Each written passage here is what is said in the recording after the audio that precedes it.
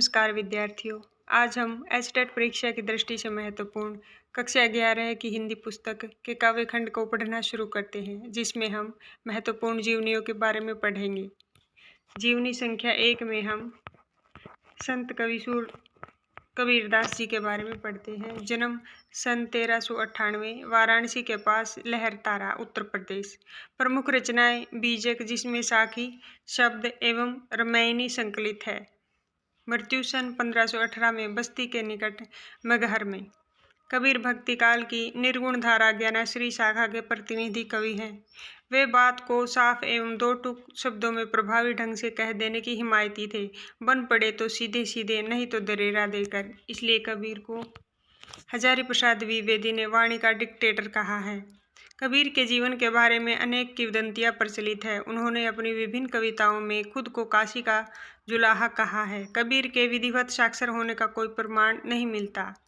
मसी कागज छुइयो नहीं कलम, गही नहीं हाथ, जैसी कबीर की पंक्तियां भी इसका प्रमाण देती हैं। उन्होंने देशांतन और सत्संग से ज्ञान प्राप्त किया। किताबी ज्ञान के स्थान पर आंखों देखे सत्य और अनुभव को प्रमुखता दी। उनकी रचनाओं में नाथों, सिद्धों और सूफी संतों की बातों का प्रभाव मिलता है। वे कर्मकांड और वेद विचार के विरोधी थे तथा जाति भेद, वर्ण भेद और संप्रदाय भेद के स्थान पर प्रेम, सद्भाव और समानता का समर्थन करते थे। जीवनी संख्या 2 में हम कवित्री मीराबाई के बारे में जानेंगे। जन्म सन 1498, कुड़की गांव, मारवाड़ रियासत। महत्वपूर्ण रचनाएं मीरा पदावली, नरसिंहजीरो मोहेरो। मृत्यु सन 1546। मीरा सगुण धारा की महत्वपूर्ण भक्त कवित्री थी। कृष्ण की उपासिका होने के कारण उनकी कविता में सगुण भक्ति मुख्य रूप से मौजूद है, लेकिन निर्गुण भक्ति का प्रभाव भी मिलता है। संत कवि रैदास उनके गुरु माने जाते हैं। बचपन से ही उनके मन में कृष्ण भक्ति की भावना जन्म ले चुकी थी, इसलिए वे कृष्ण को ही अपना आराध्य और पति मानती रहीं। अन्य भक्तिकालीन कवियों की तरह मीरा ने भी देश में दूर दूर तक यात्राएं की। चित्तौड़ राजघराने में अनेक कष्ट उठाने के बाद मीरा वापस मेड़ता आ गई। यहाँ से उन्होंने कृष्ण की लीला भूमि वृंदावन की यात्रा की। जीवन के अंतिम दिनों में वे द्वारका चली गई। माना जाता है कि वहीं रणछोड़ दास जी की मंदिर की मूर्ति में वे समाहित हो गई। उन्होंने लोकलाज और कुल की मर्यादा के नाम पर लगाए गए सामाजिक और वैचारिक बंधनों का हमेशा विरोध किया। पर्दा प्रथा का भी पालन नहीं किया तथा मंदिर में सार्वजनिक रूप से नाचने गाने में कभी हिचक महसूस नहीं की। मीरा मानती थी कि महापुरुषों के साथ संवाद, जिसे सत्संग कहा जाता था, से ज्ञान प्राप्त होता है और ज्ञान से मुक्ति मिलती है। अपनी इन मान्यताओं को लेकर वे दृढ़ निश्चयी थी। निंदा या बंदगी उनको अपने पथ से विचलित नहीं कर पाई। जिस पर विश्वास किया उस पर अमल किया। इस अर्थ में उस युग में जहाँ रूढ़ियों से ग्रस्त समाज का दबदबा था, वहाँ मीरा स्त्री मुक्ति की आवाज बनकर उभरी। मीरा की कविता में प्रेम की गंभीर अभिव्यंजना है, उसमें विरह की वेदना है और मिलन का उल्लास भी। मीरा की कविता का प्रधान गुण सादगी और सरलता है। कला का अभाव ही उसकी सबसे बड़ी कला है। उन्होंने मुक्तक, गेय पदों की रचना की। लोक संगीत और शास्त्रीय संगीत दोनों क्षेत्रों में उनके पद आज भी लोकप्रिय हैं। उनकी भाषा मूलतः राजस्थानी है तथा कहीं कहीं ब्रिजभाषा का प्रभाव है। कृष्ण के प्रेम की दीवानी मीरा पर सूफियों के प्रभाव को भी देखा जा सकता है। मीरा की कविता के मूल में दर्द है। वे बार बार कहती हैं कि कोई मेरे दर्द को पहचानता नहीं, न शत्रु न मित्र। जीवनी संख्या 3 राम नरेश त्रिपाठी। जन्म सन 1881, कोयरीपुर जिला, जौनपुर, उत्तर प्रदेश। प्रमुख रचनाएं मिलन, पथिक, स्वपन, खंडकाव्य, मानसी, फुटकर कविता संग्रह। मृत्यु सन 1962। राम नरेश त्रिपाठी छायावाद पूर्व की खड़ी बोली के महत्वपूर्ण कवि माने जाते हैं। आरंभिक शिक्षा पूरी करने के बाद स्वाध्याय से हिंदी, अंग्रेजी, बांग्ला और उर्दू का ज्ञान प्राप्त किया। उन्होंने उस समय के कवियों के प्रिय विषय समाज सुधार के स्थान पर रोमांटिक प्रेम को कविता का विषय बनाया। उनकी कविताओं में देश प्रेम और व्यक्तिक प्रेम दोनों मौजूद हैं, लेकिन देश प्रेम को ही विशेष स्थान दिया गया है। कविता कौमुदी 8 भाग में उन्होंने हिंदी, उर्दू, बांग्ला और संस्कृत की लोकप्रिय कविताओं का संकलन किया है। इसी के एक खंड में ग्राम्य गीत संकलित है, जिसे उन्होंने गांव-गांव घूमकर एकत्रित किया है। लोक साहित्य के संरक्षण की दृष्टि से हिंदी में यह उनका पहला मौलिक कार्य था। हिंदी में वे बाल साहित्य के जनक माने जाते हैं। उन्होंने कई वर्षों तक बानर नामक बाल पत्रिका का संपादन किया, जिसमें मौलिक एवं शिक्षाप्रद कहानियाँ, प्रेरक प्रसंग आदि प्रकाशित होते थे। कविता के अलावा उन्होंने नाटक, उपन्यास, आलोचना, संस्मरण आदि अन्य विधाओं में भी रचनाएं की। जीवनी संख्या 4। सुमित्रानंदन पंत। मूल नाम गोसाई दत्त। जन्म सन 1900। कौसानी, जिला अल्मोड़ा, उत्तरांचल। प्रमुख रचनाएं: वीणा, ग्रंथि, पल्लव, गुंजन, युगवाणी, ग्राम्या, चिंदबरा, उत्तरा, श्रवण किरण, कला और बूढ़ा चांद, लोकायतन आदि। सम्मान: भारतीय ज्ञानपीठ पुरस्कार, साहित्य अकादमी पुरस्कार, सोवियत लैंड नेहरू पुरस्कार, पद्म भूषण। मृत्यु सन 1977। छायावाद के महत्वपूर्ण स्तंभ: सुमित्रानंदन पंत की प्रकृति के चितेरे कवि है। हिंदी कविता में प्रकृति को पहली बार प्रमुख विषय बनाने का काम पंत ने ही किया। उनकी कविता प्रकृति और मनुष्य के अंतरंग संबंधों का दस्तावेज है। इनकी प्रारंभिक शिक्षा कौसानी के गांव में तथा उच्च शिक्षा बनारस और इलाहाबाद में हुई। युवावस्था तक पहुंचते पहुंचते महात्मा गांधी के असहयोग आंदोलन से प्रभावित होकर पढ़ाई बीच में ही छोड़ दी।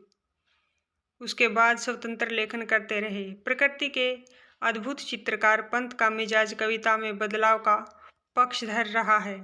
शुरुआती दौर में छायावादी कविताएं लिखीं। पल पल परिवर्तित प्रकृति वेश इन्हें जादू की तरह आकृष्ट कर रहा था। बाद में चलकर प्रगतिशील दौर में ताज और वे आंखें जैसी कविताएं भी लिखी। इसके साथ ही अरविंद के मानववाद से प्रभावित होकर मानव तुम सबसे सुंदरतम जैसी पंक्तियां भी लिखते रहे। उन्होंने नाटक, कहानी, आत्मकथा और उपन्यास और आलोचना के क्षेत्र में भी काम किया। रूपाभ नामक पत्रिका का संपादन भी किया, जिसमें प्रगतिवादी साहित्य पर विस्तार से विचार विमर्श होता था। पंत जी भाषा के प्रति बहुत सचेत थे। इनकी रचनाओं में प्रकृति की जादूगरी जिस भाषा में अभिव्यक्त हुई है, उसे स्वयं पंत चित्र भाषा, बिंबात्मक भाषा की संज्ञा देते हैं। ब्रज भाषा और खड़ी बोली के विवाद में उन्होंने खड़ी बोली का पक्ष लिया और पल्लव की भूमिका में विस्तार से खड़ी बोली का समर्थन किया। जीवनी संख्या 5। कवि भवानी प्रसाद मिश्र। जन्म सन 1913।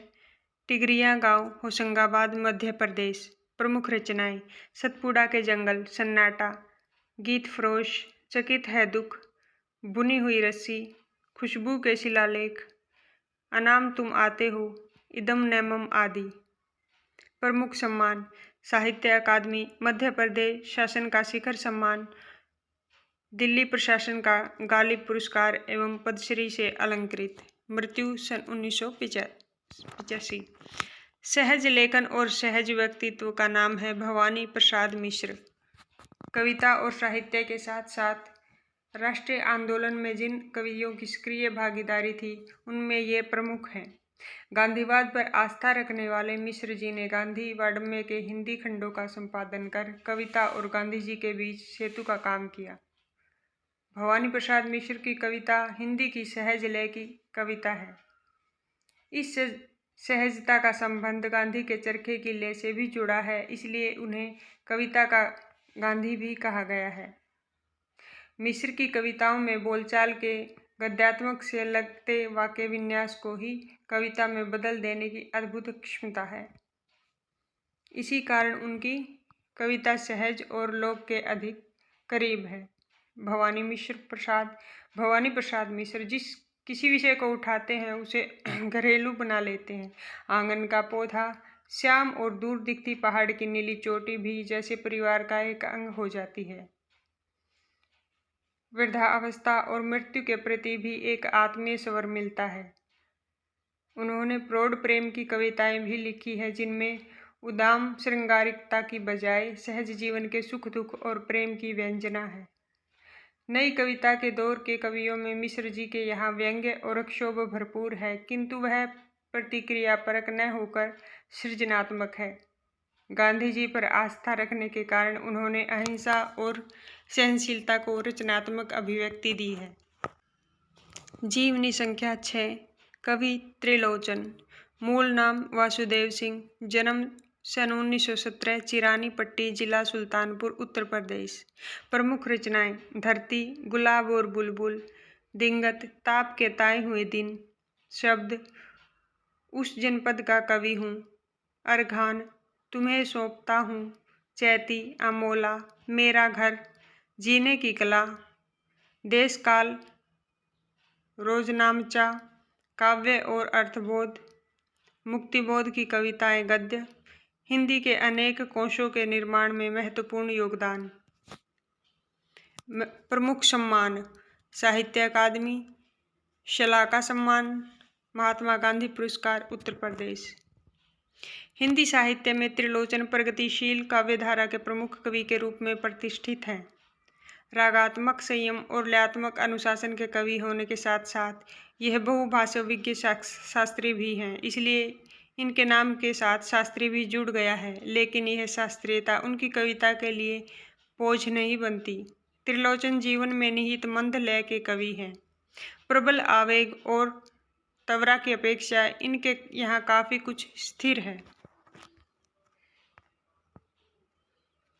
इनकी भाषा छायावादी रूमानियत से मुक्त है तथा उसका ठाठ ठेठ गांव की जमीन से जुड़ा हुआ है। त्रिलोचन हिंदी में सोनेट हिंदी अंग्रेजी छंद को स्थापित करने वाले कवि के रूप में भी जाने जाते हैं। त्रिलोचन का कवि बोलचाल की भाषा को चुटीला और नाटकीय बनाकर कविताओं को नया आयाम देता है। कविता की प्रस्तुति का अंदाज कुछ ऐसा है कि वस्तु और रूप की प्रस्तुति का भेद नहीं रहता। उनका कवि इन दोनों के बीच फांक की गुंजाइश नहीं छोड़ता। जीवनी संख्या 7। कवि दुष्यंत कुमार। जन्म सन 1933, राजपुर नवादा गांव, उत्तर प्रदेश। प्रमुख रचनाएं: सूर्य का स्वागत, आवाजों के घेरे, साए में धूप, जलते हुए वन का वसंत काव्य, एक कंठ, विषपाई, गीति नाट्य, छोटे छोटे सवाल, आंगन में एक वृक्ष और दोहरी जिंदगी उपन्यास। मृत्यु सन 1975। दुष्यंत कुमार का साहित्य जीवन इलाहाबाद में आरंभ हुआ।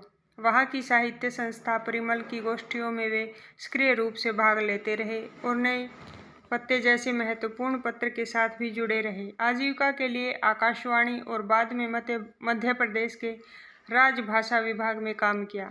अल्पायु में ही उनका देहावसान हो गया, किंतु इस छोटे जीवन की साहित्यिक उपलब्धियां कुछ छोटी नहीं हैं। गजल की विधा को हिंदी में प्रतिष्ठित करने का श्रेय अकेले दुष्यंत को ही जाता है। उनके कई शेर साहित्य एवं राजनीतिक जमावड़ों में लोकोक्तियों की तरह दोहराए जाते हैं। साहित्यिक गुणवत्ता से समझौता न करते हुए भी दुष्यंत ने लोकप्रियता के नए प्रतिमान कायम किए हैं। एक कंठ, विषपाई शीर्षक गीति नाट्य हिंदी साहित्य की एक महत्वपूर्ण एवं बहुप्रशंसित कृति है। जीवनी संख्या 8। कवियत्री अक्का महादेवी। जन्म 12वीं सदी, कर्नाटक के उडुत्री गांव, जिला शिवमोगा। प्रमुख रचनाएं: हिंदी में वचन सौरभ नाम से, अंग्रेजी में स्पीकिंग ऑफ शिवा। इतिहास में वीर शैव आंदोलन से जुड़े कवियों रचनाकारों की एक लंबी सूची है। अक्का महादेवी इस आंदोलन से जुड़ी एक महत्वपूर्ण कवियत्री थी। जन मल्लिकार्जुन देव इनके आराध्य थे। बसवन्ना और अल्लामा प्रभु इनके समकालीन कन्नड़ संत कवि थे। कन्नड़ भाषा में अक शब्द का अर्थ बहिन होता है।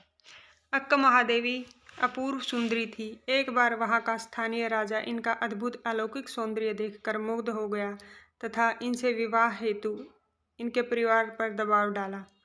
अक्क महादेवी ने विवाह के लिए राजा के सामने 3 शर्तें रखी। विवाह के बाद राजा ने उन शर्तों का पालन नहीं किया, इसलिए महादेवी ने उसी क्षण वस्त्राभूषण तथा राज परिवार को छोड़ दिया।